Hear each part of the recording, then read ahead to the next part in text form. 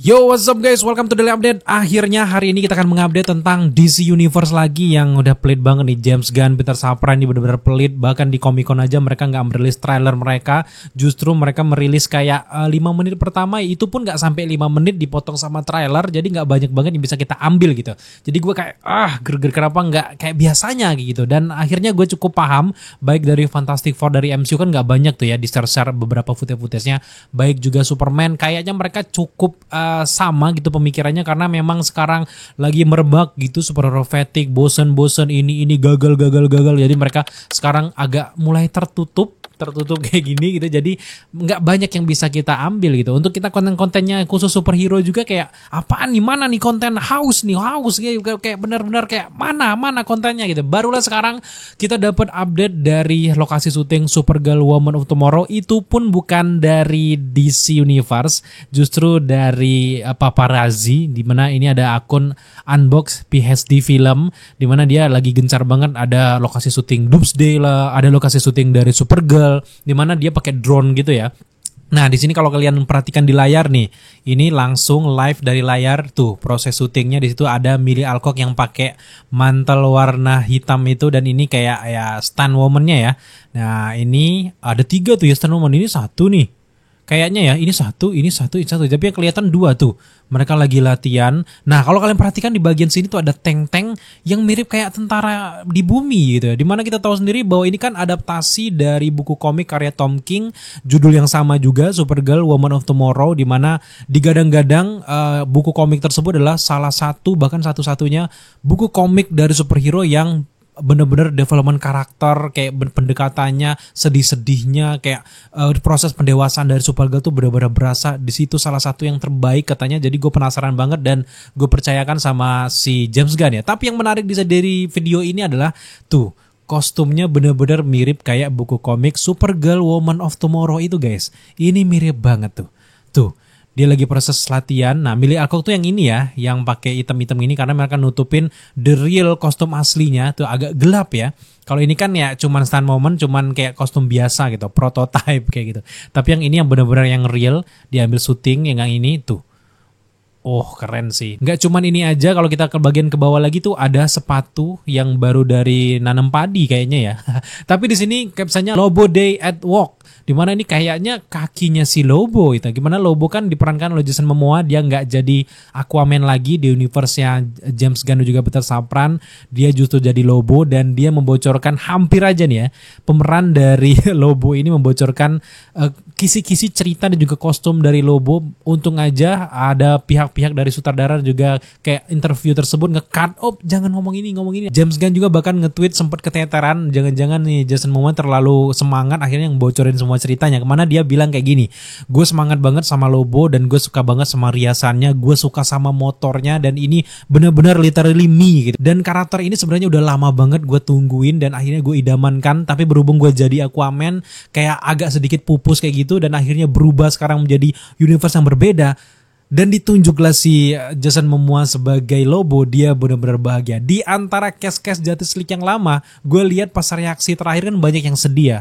Gal Gadot sedih, kan Ben Affleck juga sedih gitu. Apalagi Ezra Miller tambah sedih lagi gitu. Tapi Jason Momoa keluar dari kantor Warner Bros, yuhuu gitu, gila. Dia sendiri yang seneng, ternyata dia dikasih peran Lobo. Lobo kan bounty hunter, pembunuh bayaran antar galaksi kayak gitu. Jadi semangat banget sih kita ngelihat bagaimana latar cerita dari Supergirl ini. Kalau kalian baca buku komik karya Tom King judul yang sama itu, kalian tahu sendiri bahwa latarnya bukan di bumi ya guys ya. Jadi jelas banget dikonfirmasi bahwa cameo dari Superman dari David Corenswet pun gak akan ada di film Superman ini. Justru si Supergirl ini akan muncul setidaknya di post-credit dari film Superman pertama. Tapi ketika di film solonya Supergirl Woman of Tomorrow nanti, mereka fokus ceritanya akan berbeda. Karena memang di buku komiknya sendiri, si Supergirl ini setelah terpecah belah, Krypton itu hancur. Dia kan kalau si Kal-El dilempar ke bumi kan. Kalau dia kan enggak. Dia justru melalang buana ke angkasa, lempar kemana, hidupnya di batu serpian-serpian sisa Krypton tersebut. Itu deep parah sih ceritanya. Dimana di sini diawali dengan kisah dia pengen pengen ngebantu seseorang yang ayahnya tuh dibunuh. Dia pengen membalaskan dendam akan kematian ayahnya. Nggak ada kekuatan, dia nggak ada kekuatan apa-apa, nggak yang sekuat Supergirl. Akhirnya Supergirl di bar itu sadar, oh kamu lagi kesusahan ya. Akhirnya dia membantu si wanita tersebut dan akhirnya melalang buana pergi ke antar galaksi untuk mencari orang yang membunuh ayah dari wanita tersebut. Nah, faktanya juga karakter Lobo ini sebenarnya kalau di buku komik Tom King itu nggak ada. Ceritanya pun nggak ada. Gimana nanti tektokan improvisasi antara buku komik dan juga live action. Gimana mempertemukan bounty hunter Lobo dengan Supergirl yang membantu si bocah cewek ini. Itu bakal keren parah sih. Dimana mungkin Lobo disewa sama si pembunuh si cewek itu. Mereka bakal bertarung. Itu sih keren parah. Dan gue merasa Lobo versi Jason Momoa nggak akan meninggal di film Supergirl Woman of Tomorrow ini. Tapi nasibnya bakal panjang lagi. Dan dia kan kayak anti hero kayak gitu. Yang nggak yang jahat-jahat banget. Sesuai dengan bayaran lah. Kalau lu berani bayar gue 2 kali lipat, gue akan bela lu gitu. Jadi menarik banget. Yang gue suka juga sebenarnya Lobo itu kan punya anjing ya. Apakah ada anjingnya nanti gitu. Tapi yang pasti adalah di sini kalau kita lihat dari wawancara si Jason Momoa, dia punya motornya itu, motor luar angkasanya itu dia nggak pakai kapal, nggak pakai teknologi apa, cuman pakai motor bro sama cerutu gedenya itu.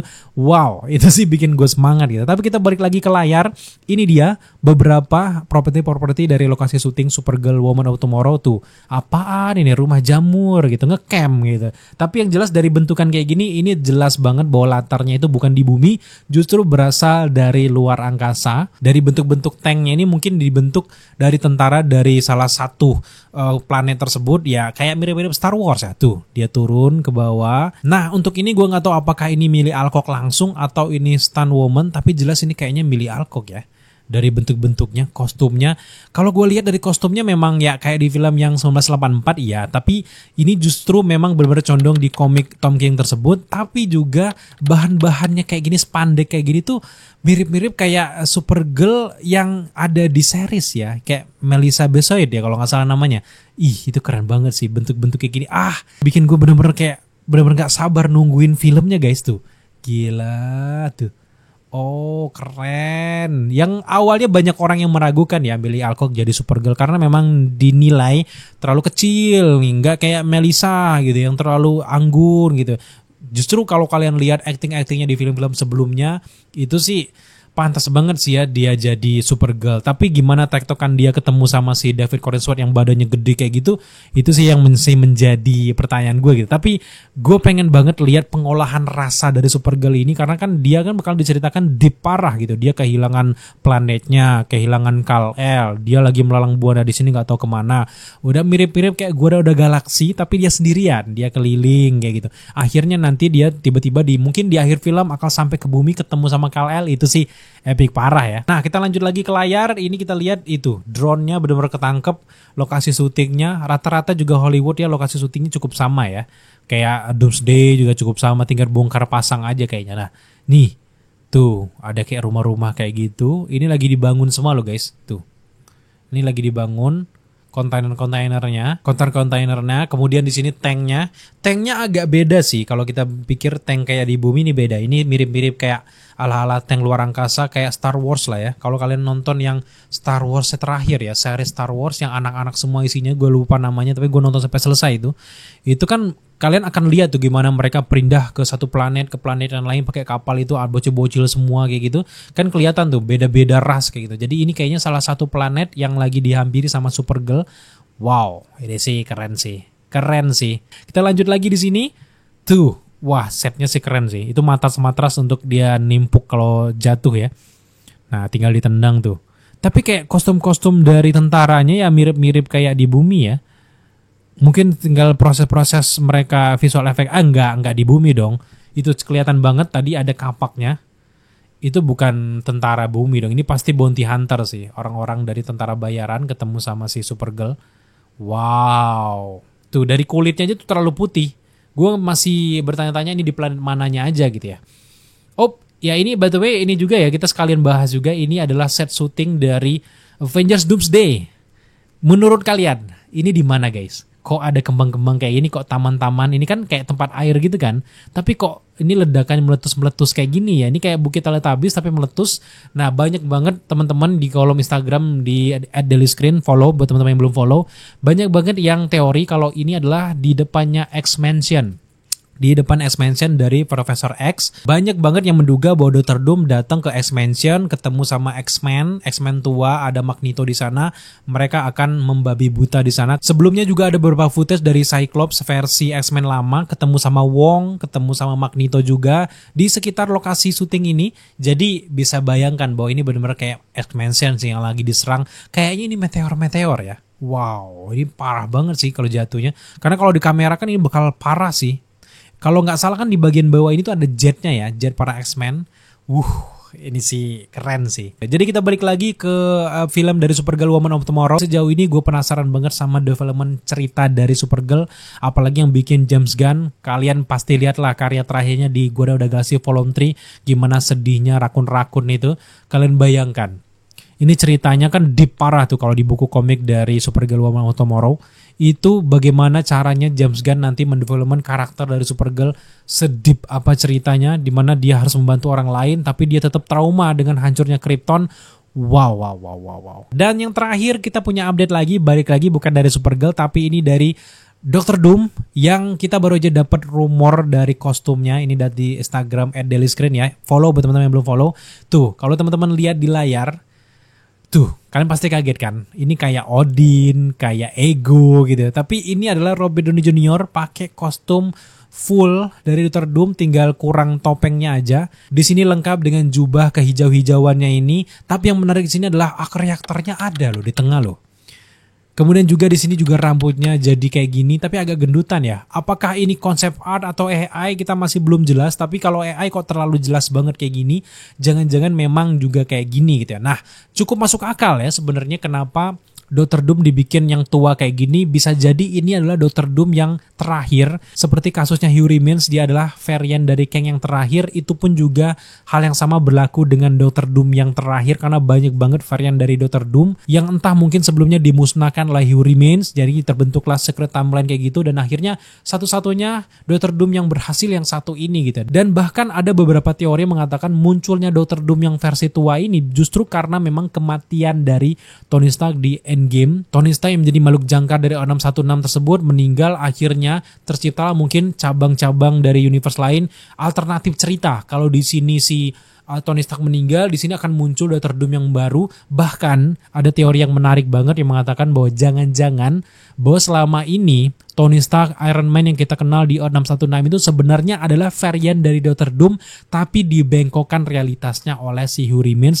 Makanya Hugh Remains membentuk secret timeline jauh yang akhirnya nggak ada Fantastic Four. Fantastic Four akhirnya dibuang dari 616, dibikin tersesat di universe alternatif, dan si varian Dr. Von Doom ini dibuat realitasnya berbeda, what if-nya tuh dibikin berbeda. Sebenarnya teori ini cukup masuk akal ya, karena memang apa yang dilakukan Hugh Remains untuk mencegah munculnya Dr. Doom di 616 atau di secret timeline sama seperti apa yang diupayakan oleh Loki dan juga tim ketika mencegah tubuhnya varian dari Kang dengan tidak memberikan buku TVA lebih awal dengan versi Victor Timely yang kecil itu. Bisa aja sebenarnya bahwa realitas sesungguhnya dari Tony Stark di 616 itu adalah akan menjadi Dr. Von Doom, saingannya si Richard. Berhubung Fantastic Four akhirnya dibuang ke masuk ke realitas lain, akhirnya Hugh Remains ini membawa masa lalu sampai ke ujung, sampai sebelum bertemunya orang tua dari Tony Stark, bentuk lain menjadi seorang Iron Man. Tapi sebenarnya kalau semua itu nggak dibelokkan dan universe tetap bercabang-cabang, sebenarnya Iron Man ataupun Tony Stark itu bukanlah Tony Stark, melainkan adalah Dr. Von Doom di versi Earth 616. Teori itu sih pecah sih. Dan kalau kalian dari layar kayaknya memang ini konsep art cukup menarik dan gue cukup percaya ya ini salah satu, ya setidaknya ini konsep art ataupun memang rencana awal ataupun nanti mungkin gak jadi, itu terserah mereka, tapi mungkin rencana awalnya memang ada dibikin kayak gini. Dan juga Dr. Doom 1 ini adalah bentuk varian dari Tony Stark di universe yang berbeda, mungkin di universe alternatif yang sama dengan Fantastic Four, ya siapa tahu gitu. Tapi memang kematian dari Tony Stark tersebut justru men-trigger untuk munculnya Dr. Van Doom yang satu ini, yang paling kuat di antara yang paling kuat. Mungkin aja di film Avengers Doomsday nanti diceritakan bagaimana varian-varian Dr. Doom, ada yang masih muda, ada yang masih bocil,